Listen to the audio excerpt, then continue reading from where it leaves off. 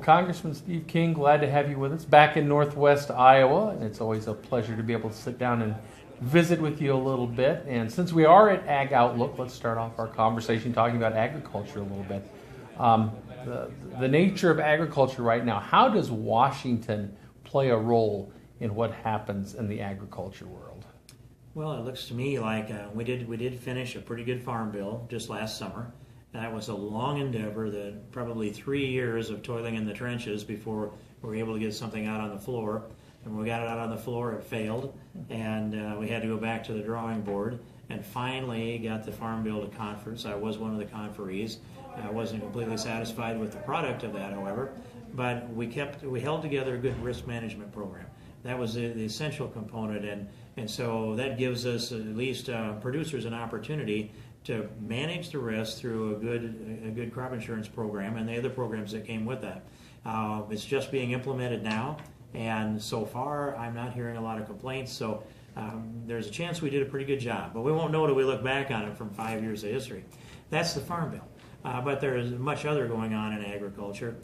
Some of the things that affect us directly are things like EPA regulations that diminish the property rights of people, and it seems to me that the EPA in particular has a heavy hand when it comes to agriculture, and they seem to think that our farmers wouldn't be the best stewards of the land, and I say it's the exact opposite. The landowners, the farmers, the people that are putting their investment in and go to work every day with an aspiration or hope that their children will come back and work on that same piece of ground, maybe expand their operation, they have the most at stake, and they're going to do the best job of taking care of the land. Washington thinks they do a better job from inside the Beltway, and we're constantly pushing back on the EPA. And by the way, some of that, the regulatory authority that has been asserted and perhaps is not actually have a legal basis for it, has been negotiated over to or allowed to be developed within the EPA when the USDA doesn't have a voice in that. And I'd see the other way around. I think our Secretary of Agriculture should engage on the side of agriculture. And I don't see him doing that with regard to EPA regulations.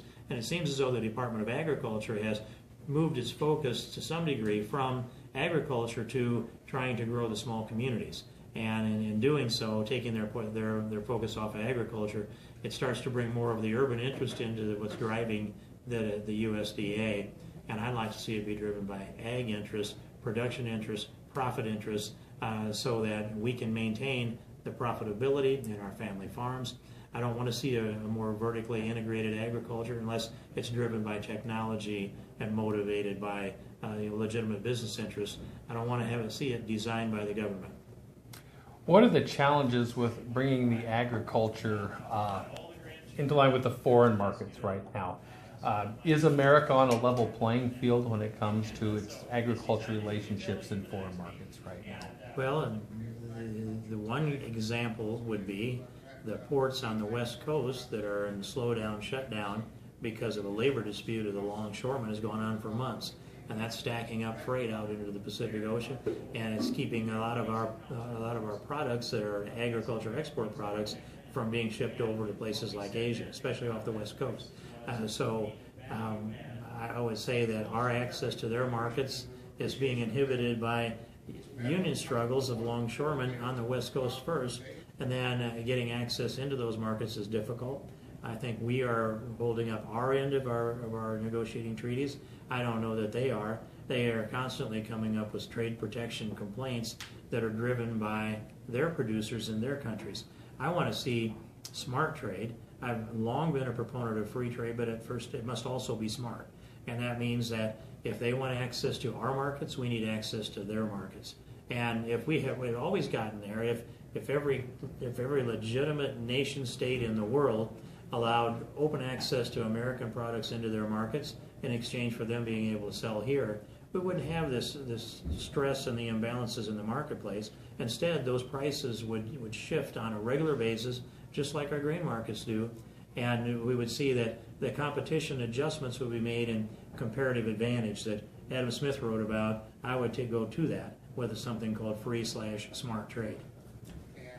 We're in Northwest Iowa today, obviously, for Northwest Iowa Outlook. How does Northwest Iowa, stack up to the rest of the country when it comes to agriculture dealings, agriculture common sense, and just the agriculture market overall? Well, of course I have to have the conclusion that we lead the world, but I also make that case in Washington and different places around the world. And I can say that because of the leadership that we provided in so many things that have to do with practices and technology. For example, we did borrow a little bit of hog production technology from some North Carolinians, but I think they'd look at us now and say the Iowans did it better. And then I dial back through the years that, I can remember when the normal planter size, the average planter size was a 4-row. Now we can see a lot of 36-row planters out there. You can see tractors that can run without an operator, and soon we'll be to that place where they don't have one in them. When I drive down the road and I see a large planter, any planter for that matter, with the markers folded up and they're going across the field, obviously planting, I still do a double take. What, did he forget to put his marker down? No. We just haven't gotten to the place where we take them off yet. And so take the technology from the GPS monitoring systems that we have, where we now have the capability of changing population size as we go across the field, or population number as we go across the field, and say corn, change the corn number by soil type, and monitor the weather situation so that the rainfall, not only is the rainfall monitored, not only by the rain gauge on our front porch like it used to be, but every few acres or so out in the field, to be able to keep track of the growing hours of sunlight that we have, the temperature, the humidity, the rainfall, and then monitor the evaporation and the moisture uptake, the fertilizer uptake, and be able to look at the forecast and send a text to the farmer or kick it up on his computer that says, you've got an 18-hour window to side dress 20 pounds of end, and there's going to be a rain of 1 1/4 inches that's going to land on this farm, and that's the best chance you have to take advantage of it. Think of what all that means, and to be able to monitor, of course, our harvest, our yields, and our moistures, and right on the fly, and record all of that, have that all uploaded into a database, and over a period of 3 or 4 years, put together the kind of information that's necessary to optimize the production on that piece of land. Those things are right now beyond the imagination of most members of Congress, and one of the things I need to do is make sure that message gets there so they have a better idea on what we've done over the last, say, generation or so in agriculture. Well, let's turn away from agriculture a little bit and talk about some national issues. The President, during his State of the Union address, asked for the Congress to consider allowing military involvement and engagement with the ISIS, recognizing that as the threat that it has taken us quite a long time to figure out what's going on there. Where do you stand with regard to the President's request? Well, I started reading down through his AUMF, the Authorization for Use of Military Force, and I got down to the word ISIL and concluded that he had narrowed the existing AUMF. There are actually 2 of them that are implemented now. One is a 2001 and another one was a 2002. Between the 2 of them, they authorize operations in Iraq and in Afghanistan, but also operations against enemy terrorists, foreign terrorist organizations. And there's a list of the foreign terrorist organizations that includes the Taliban, and it includes Al-Qaeda, ISIS, and a number of others, Boko Haram, it goes on and on, Al-Nusra Front. And so the President appears to be saying to Congress, take me off the hook on this. I don't want to operate under the existing authority that he has, which is broad.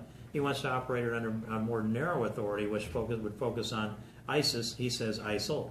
And that he wants that AUMF to declare that there will be no boots on the ground on top of it. And to understand our enemy is radical Islamic jihad. And we need to defeat them, and we need to defeat their ideology.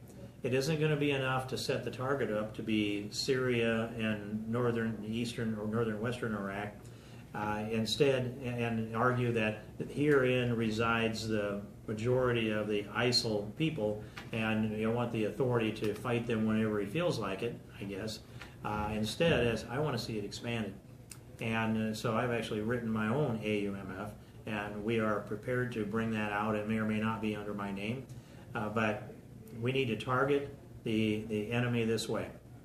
We need to attack them under cyber warfare, not just defensive but offensive cyber warfare that shuts down their communications ability through the internet and through cell phones and their other communication systems that they use to recruit, they use to transfer assets, resources, money, and send messages out. So cyber warfare, offensive and defensive. Second is go after their money. Any money stream that funds them needs to be a target of ours. And that some of those are large banks, large international banks that are in the business of laundering money and transferring money and getting resources into ISIS and radical Islamic jihadists of all stripes. Third thing is go after their educational system. They're training their children to hate us and want to kill us, and they're seeking to teach them that they can believe that their path to salvation is to become a martyr in killing, especially people that are representatives of Western civilization. We have to go after that, and then we also have to expand our intel, our human intelligence, from around the world in a significant way so that we know what's going on in these cells anywhere in the world, and bring into this especially our moderate Muslim allies, countries like Egypt, that we need to go a long ways towards restoring the old relationships that we had with them before they were nearly destroyed by this administration, and the United Arab Emirates, which has pulled out of our coalition in the Middle East. And I understand why, having met with the leadership in Egypt and the UAE, that can be restored again with a credible leader in our country. And on top of that, Jordan, King Abdullah in Jordan, he has been, I think, a very strong leader for Jordan. But those kind of countries will come in with us if we have a credible standing. And then with all of that in mind, then we get to the kinetic action, and that is doing all things necessary kinetically to defeat this enemy where he is armed and where he's militant or where he's planning strategy. But that doesn't mean that I wouldn't do the kinetic now, but I would build all the rest of this so that the kinetic we do would be effective.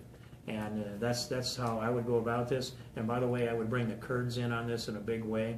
I've met with the Kurds several times over the years, and just before Christmas was the last time. And I'm going to go back over to the Middle East early next month to meet with some of these forces that can be our allies. They need to be reminded that we elect a new president every 4 years, and 2 of those last 4 years are gone, and that we will be working to restore our relationship with them as part of the effort to take on these enemies. Recently here, Keystone Pipeline has been a huge issue. It looks like both sides in the Congress have agreed to move forward with that or are headed in that direction. The President has made it pretty clear that he is not going to see this thing go through. Why is that worth the time and energy to put that on the table, knowing that it's going to probably get vetoed if it gets on his desk? We've been about 6 years pushing the Keystone XL issue. And if we could, and I met with the Canadians on this several times. They've got a lot of oil up in northern Alberta, and they're developing it, and we can't blame them for doing so, and they need to market it. And so they have 2 choices on where they will market this oil. I mean, the Canadians can't use all the oil that's coming out of there. It's a surplus for them. And it's a national security issue for us to become North American energy independent. Working with the Canadians is an important component of this.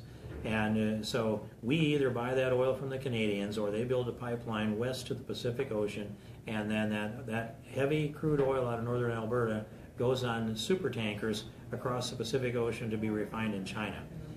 If the President's worried about the environmental impact of this oil, he should think about the difference between U.S. refineries, Chinese refineries, and we'd a lot rather refine it here in the United States than have it refined over there. There's no logical economic reason not to build the Keystone XL pipeline, and those reasons have been scrubbed up and washed off the table a long time ago. They should never, in my opinion, have conceded any point in Nebraska that they shouldn't build a pipeline over the Ogallala Aquifer. There are many pipelines over the aquifer. There are many pipelines over many other aquifers. Crude oil doesn't threaten an aquifer. And the simplest reason for that is oil floats on water. You wouldn't really be able to find that oil underground if it weren't perched on a water table that we pump it off of. And so, but on top of that, if there were an environmental risk, we'd have seen that with the Alaska pipeline, which they're against expanding those fields up there too. They don't want to see petroleum pumped out of the ground and used for energy in releasing anything into our atmosphere, because they believe that it causes global warming, but they don't believe it strongly enough to use the phrase global warming anymore. They say climate change. Well, climate will always be changing, and so will the administration, I hope, because there is no logical reason not to build the Keystone XL pipeline. And if we can't there's a reason to put it on the president's desk. If we can't do the most logical thing that the American people support almost universally, because the president says it's a bad idea, it says more about the president than it does the idea. And if we can't build the Keystone XL pipeline, what logical thing could we possibly do working with the president of the United States? That's why it's important to put there. It's a benchmark. We did the simplest thing if we can get that done. We can't do the simplest thing if we don't get it done. Well, Congressman, we always appreciate your time, and I know that there's a belief in Washington that everything that's good in this country flows out of there. So if you could put in a good word for us on a nice weather change, weather pattern issues, if they can affect that in Washington, we sure appreciate it out here in the Midwest, and it sounds like the East Coast would too. So see what they can do about that while they got their hands in everything else. I'm still trying to convince them that all new wealth comes from the land, and most common sense is rooted in the heart of the heartland here in the Midwest, Randy. But I'll add that to my message. Appreciate that. Thank you very much. Thank you.